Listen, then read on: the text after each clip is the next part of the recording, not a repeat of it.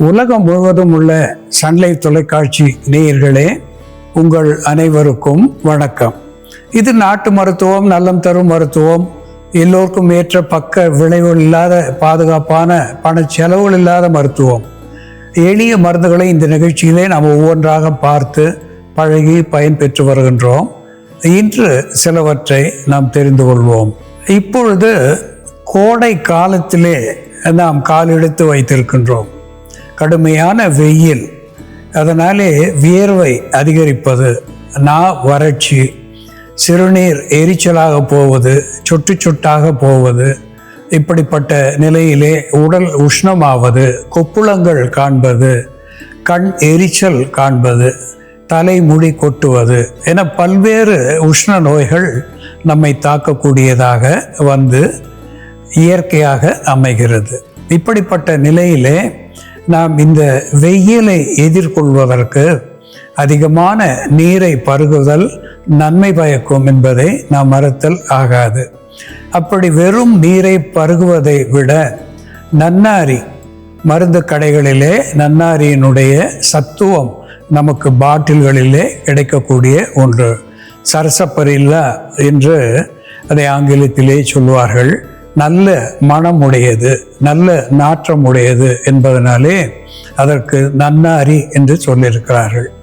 இந்த நன்னாரி சத்துவத்தை வாங்கி வைத்து கொண்டு இரவு நேரத்திலே படுக்க புகுமுன் ஒரு தேக்கரண்டி நன்னாரி சத்துவம் எடுத்து அரை மூடி எலுமிச்சை சாறு கலந்து தேனோ அல்லது சர்க்கரையோ பனங்கற்கண்டோ ஏதேனும் ஒன்று இனிப்புக்காக சேர்த்து, நன்னாரி, எலுமிச்சை, இனிப்பு இவை மூன்றும் சேர்த்த ஒரு நீரை இரவு நேரத்திலே பருகிவிட்டு படுப்பதனாலே உடல் குளிர்ச்சி பெறும், உடல் சூடு தணியும், சிறுநீர் தாரையிலே இருக்கின்ற சிக்கல்கள் அத்துணையும் விட்டு போகும், கற்களையும் கரைக்கக்கூடிய வல்லமை இந்த நன்னாரி பானத்துக்கு உண்டு என்பதை சுட்டிக்காட்ட விரும்புகின்றேன். அது மட்டுமல்லாமல் குருதி சுத்திகரிப்பானாகவும் இந்த பானம் விளங்கும் என்பதை நாம் மறத்தல் ஆகாது. அன்பான நேயர்களே, த பல்பிட்டேஷன் என்று ஆங்கிலத்திலே சொல்லப்பெறுவது இதய துடிப்பு. இதயம் சீராக துடிக்க வேண்டும்.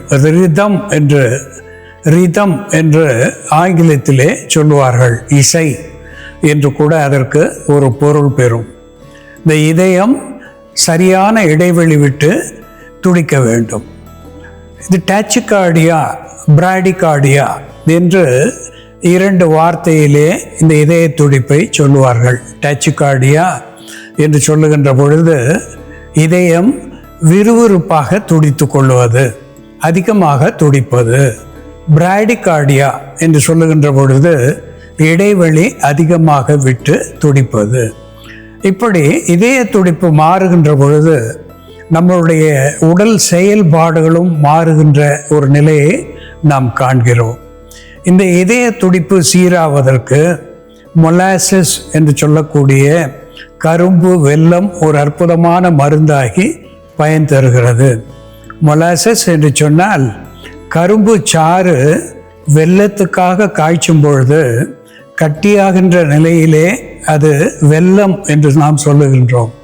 சில நேரத்திலே அது குழம்பாகவே நின்று போகும். சரியான பதத்துக்கு கட்டாமல் குழம்பு பதத்திலே இருக்கின்ற வெல்லத்தை மொலாசஸ் என்று சொல்லுவார்கள். இந்த மொலாசஸ் என்பது ஆல்கஹால் என்று சொல்லக்கூடிய மதுவுக்கு பயன்படுத்தக்கூடிய ஒன்றாக நாம் பார்க்கின்றோம். இந்த மொலாசஸ் வாங்கி வைத்து கொண்டு ஒரு தேக்கரண்டி நீரில் இட்டு அதனோடு சிறிது எலுமிச்சை சாறு சேர்த்தோ அல்லது வெறுமனே மொலாசஸை சுடுநீரில் கலந்தோ அன்றாடம் இருவேளை பருகி வருகின்ற நிலையிலே இந்த பல்பிட்டேஷன் என்று சொல்லுகின்ற இதய துடிப்பு என்பது சீராகி வரும், இதயம் பலமாகி வரும்.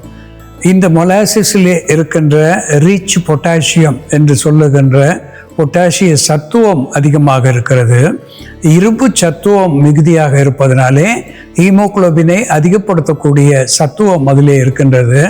மெக்னீசியம், கால்சியம் என்று சொல்லக்கூடிய உப்பு சத்துக்களை அதிகமாக பெற்றிருப்பதனாலே உடல் சோர்வை போக்குகிறது, இதய ஓட்டத்தை சீராக்குகிறது என்பதையும் நாம் மறத்தல் ஆகாது.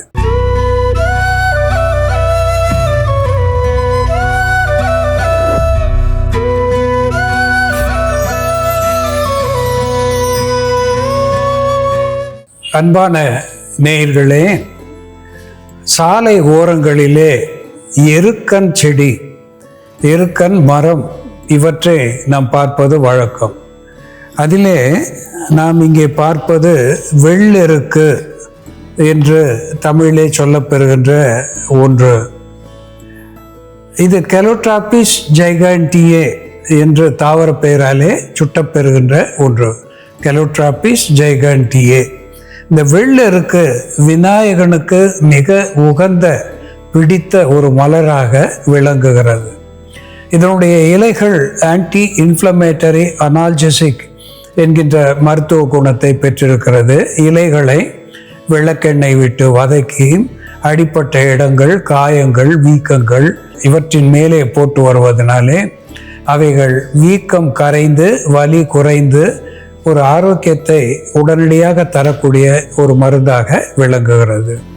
இதனுடைய பூக்கள் ஒரு டானிக் என்கின்ற உரமூட்டியாக மட்டும் இருப்பது அல்லாமல் ஸ்டொமேச்சிக் என்று சொல்லக்கூடிய வயிற்று கோளாறுகளை வேறு இருக்கக்கூடியதாக, குறிப்பாக வலி நோய்கள், வாத நோய்கள் இவற்றை போக்குவதாக விளங்குகிறது. அதோடு கூட டீகன்ஜஸ்டன்ட் என்கின்ற வகையிலே நுரையீரலை பற்றிய, சுவாச பாதையை பற்றிய சளியை கரைக்கக்கூடிய ஒன்றாக இது விளங்குகிறது. ஆன்டி ஆஸ்மாட்டிக் என்று சொல்லுகின்ற வகையிலே மூச்சு முட்டுகின்ற ஆஸ்துமா நோயை போக்கக்கூடிய ஒரு ஸ்டெராய்டு என்று சொல்லக்கூடிய மருந்துக்கு இணையான மருத்துவ பலனை இந்த வெள்ளெருக்கம் பூ பெற்றிருக்கிறது. இந்த வெள்ளெருக்கம் பூவோடு இஞ்சி, ஜிஞ்சிபர் அஃபிஷினேல் என்று சொல்லக்கூடிய இஞ்சியோ அல்லது சுக்கோ, வெள்ளெருக்கம் பூ உலர்ந்த நிலையிலே அதனோடு உலர்ந்த சுக்கை நாம் சேர்த்து கொள்ளலாம். இஞ்சி ஒரு ஸ்டிமுலண்ட் என்கின்ற வகையிலேயும், ஒரு கார்மினேட்டிவ் என்கின்ற நிலையிலேயும், ஒரு டீகன்ஜஸ்டன்ட் என்கின்ற மூக்கோப்ரொலண்ட் என்கின்ற வகையிலேயும் இது நமக்கு பயன் தந்து சுவாச பாதையை சீர் செய்யக்கூடியதாக விளங்குகிறது. இதனோடு பிப்பர் நைக்ரம் என்று சொல்லக்கூடிய மிளகு, இந்த பெப்பரசின் என்று சொல்லக்கூடிய ஆன்டிடோட் என்கின்ற மருத்துவ குணத்தை அது பெற்றிருக்கிறது. விஷமுறிப்பானாக அது விளங்குகிறது. ஆன்டி அலர்ஜிட்டிக், ஆன்டி ஹிஸ்டமினிக் என்கின்ற மருத்துவ குணங்களை அது பெற்றிருக்கிறது. பலம் தருகின்ற இரும்பு சத்துவத்தையும், விட்டமின் சி முதலான பொட்டாசியம் ஈரான மருத்துக்களையும் அது பெற்றிருக்கிறது. இந்த வெள்ளெருக்கன் பூவோடு மிளகு, இஞ்சி சேருகின்ற பொழுது ஆஸ்துமா என்கின்ற நோய்க்கு ஒரு அற்புதமான மருந்தாகிறது. அதை எப்படி செய்து பயன்படுத்துவது என்ற செயல்முறையிலே பார்ப்போம், வாருங்கள். நேயர்களே, நாம் இன்னைக்கு வெள்ளெருக்கம் பூ மற்றும் இஞ்சியை பயன்படுத்தி ஆஸ்துமா, வீசிங் போன்ற பிரச்சனைகளை சரி செய்யக்கூடிய ஒரு மருந்து, நுரையீரலில் ஏற்படக்கூடிய தொற்று, சுவாச பாதையில் ஏற்படக்கூடிய சளி சேர்க்கை இவற்றை சரி செய்யக்கூடிய ஒரு மருந்து எப்படி தயார் பண்றதுன்னு பார்க்கலாம். இதற்கு தேவையான பொருட்கள்: வெள்ளெருக்கம் பூக்கள், இஞ்சி, மிளகு. வெள்ளெருக்கம் பூக்கள் நமக்கு ஃப்ரெஷ்ஷாக கிடைச்சதுன்னா இந்த பூக்களை எடுத்து நல்லா மைய அரைச்சிட்டு அதோட மிளகு தூள் சேர்த்து நம்ம சிறு சிறு உருண்டைகளாக, மாத்திரைகளாக தயார் பண்ணி அதை வெயிலில் காய வச்சு எடுத்து வச்சுக்கிட்டோம்னா தினமும் காலை மாலைன்னு 2 மாத்திரைகளை நம்ம வெற்றிலைக்குள்ளே வச்சு சாப்பிட்டுட்டு வரும்போது வீசிங் நல்லாவே கண்ட்ரோல் ஆகும். நமக்கு ஃப்ரெஷ்ஷாக கிடைச்சாலோ அல்லது இந்த மாதிரி காய்ந்த பூக்கள் நாட்டு மருந்து கடையில் கிடைக்கும். இந்த மாதிரி இருந்ததுன்னா நம்ம கஷாயமாகவும் தயார் பண்ணி குடிக்கலாம். நம்ம ஒரு வேளைக்கான கஷாயம் தயார் பண்ண ஒரு 3 to 5 பூக்கள், வெள்ளெருக்கம் பூக்கள் எடுத்துக்கலாம். இதோட கொஞ்சமா இஞ்சி நம்ம பொடியை நறுக்கி வச்சிருக்கோம். இந்த வெள்ளெருக்கம் பூக்களும் இஞ்சியும் நீர் விட்டு கொதிக்க வச்சிடலாம்.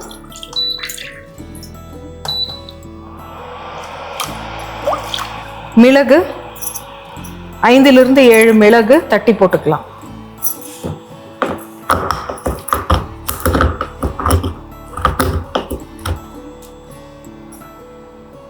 மிளகு சேர்த்துக்கலாம். இது சேர்த்து நல்லா கொதிக்க வச்சுட்டு இந்த கஷாயத்தை நம்ம வீசிங் இருக்கும் பொழுது, மூச்சிறைப்பு இருக்கும் பொழுது எடுத்துக்கிட்டோம்னா வீசிங்கை கட்டுப்படுத்தக்கூடிய மருந்தை செயல்படும். நுரையீரலில் அதிகப்படியான சளி சேர்ந்து இருந்தாலோ, சளி மஞ்சளாவோ அல்லது பச்சை நிறமாவோ இன்ஃபெக்ஷன் அதிகமாக இருக்கும் பொழுது நிறம் மாறி வந்தாலும் அந்த சளியோட நிறத்தை மாற்றக்கூடிய மருந்தாகவும், சளியின் கெட்டித்தன்மையை குறைக்கக்கூடிய மருந்தாகவும், இந்த சளியை இலக்கி வெளித்தள்ளக்கூடிய மருந்தாகவும் இது செயல்படும். இதில் இருக்கக்கூடிய இஞ்சி நம்ம உடலுக்கு உஷ்ணம் தரக்கூடிய மருந்தா இருக்கும். அதே போல இஞ்சி பசியின்மையை போக்கக்கூடிய மருந்தாகவும், ஒரு வியர்வையை தூண்டக்கூடிய மருந்தாகவும், உமிழ்நீர் சுரப்பை தூண்டக்கூடிய மருந்தாகவும் இருக்கு. இருமல் இருக்கும் பொழுது இஞ்சி சாரோட மாதுளம்பழச்சாறு மற்றும் தேன் சேர்த்து குடிச்சோம்னாலும் இருமல் கண்ட்ரோல் ஆகும்.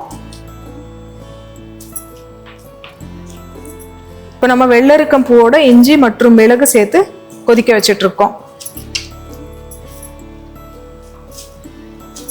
இந்த கஷாயம் இப்போ தயாராயிடுச்சு. கஷாயம் குடிச்சு கொஞ்ச நேரத்திலேயே சளி நல்லா இளகி வெளியில வரும். அதே போல மூச்சு திணறலும் சரியாகும். வெள்ளரிக்கம் பூக்கள், மிளகு மற்றும் இஞ்சி சேர்ந்த இந்த கஷாயம் காலை மாலைன்னு இருவேளையும் பருகிட்டு வரும்பொழுது ஆஸ்மானால வரக்கூடிய மூச்சிறைப்பு, மூச்சு திணறல் போன்ற பிரச்சனைகளை சரி செய்யக்கூடிய மருந்தாவும், நுரையீரல் தொற்றினால் ஏற்படக்கூடிய சளியை கரைத்து வெளிப்போக்கக்கூடிய மருந்தாவும் இது செயல்படும். அன்பான நேயர்களே, கெலோட்ராபிஸ் ஜெய்கன்டியே என்ற தாவர பெயராலே சுட்டப்பெறுவது எருக்கு. அதிலே வெள்ளெருக்கு ஒரு மருத்துவ குணத்தை பெற்றதாக விளங்குகிறது. ஒரு வெள்ளெருக்கம் பூ பசுமையாக எடுத்து அதனோடு 5 மிளகு சேர்த்து மென்று தின்றுவிட்டு சுடுநீர் பருகுவதனாலே நாளடைவிலே ஆஸ்துமா என்கின்ற மூச்சு இறைப்பு என்பது விலகி போகும். உலர்ந்த பூக்களாக இருப்பின் 4 பங்கு பூக்களோடு 1 பங்கு மிளகு சேர்த்து அதனோடு தேன் சேர்த்து நாம் சாப்பிடுவதனாலே ஒரு பிராங்கோ டைலேட்டர் மியூகோப்ரூலண்ட் என்று சொல்லுகின்ற வகையிலே நுரையீரலுடைய அடைப்பை வெளித்தள்ளக்கூடியதாக, சளியை கரைத்து டீகன்ஜஸ்டன்ட் என்கின்ற நிலையிலே சளியை வெளித்தள்ளக்கூடியதாக விளங்கி சுவாச பாதையை சீர் செய்து நமக்கு நல்ல சுவாசத்தை தரக்கூடியதாக விளங்குகிறது. இதனுடைய இலைகள் மேற்பற்றாக போடுகின்ற பொழுது வீக்கத்தை கரைக்கிறது. சில்விஷங்கள் என்று சொல்லக்கூடிய வண்டுக்கடி, பூரான்கடி இவற்றுக்கு மேற்புற மருந்தாக பயன் தருகிறது. வெள்ளெருக்கன் பாலை நாய்க்கடிக்கு மேற்பற்றாக போடுவது வழக்கம். இந்த வெள்ளெருக்கன் வேரை நாம் எடுத்து சுத்திகரித்து அதை சூரணித்து வைத்து கொண்டு வெறுக்கடி அளவு உள்ளுக்கு 2 வேளை தேனோடு கலந்து சாப்பிடுகின்ற பொழுது இந்த லூகோடெர்மா என்று சொல்லக்கூடிய விட்டிலிகோ என்று கூட சொல்லுகின்ற வெண்புள்ளிகள் என்பது அங்கே விலகி போகும். நாளடைவிலே இந்த வெள்ளெருக்கனுடைய வேர் சூரணத்தை உள்ளுக்கு பயன்படுத்துவதனாலே இந்த வெண்புள்ளிகள் விலகி போகும். அதையே நாம் இழைத்து மேற்பற்றாக போடுவதனாலேயும் இந்த லூகோடெர்மா என்கின்ற வெண்புள்ளிகளை போக்குகின்ற வகையிலே இந்த மெலனின் என்கின்ற கருமை நிறம் அங்கே உருவாகி தோலை பழைய நிலைக்கு கொண்டு வரும் என்பதை இங்கே சுட்டிக்காட்ட விரும்புகின்றேன். அன்பான நேயர்களே, வெள்ளருக்கு எப்படி மருந்தாகிறது என்று நாம் பார்த்து தெரிந்து கொண்டோம். இது போல வேறு ஒரு மருத்துவ குறிப்போடு நாம் மீண்டும் சந்திப்போம். நன்றி, வணக்கம்.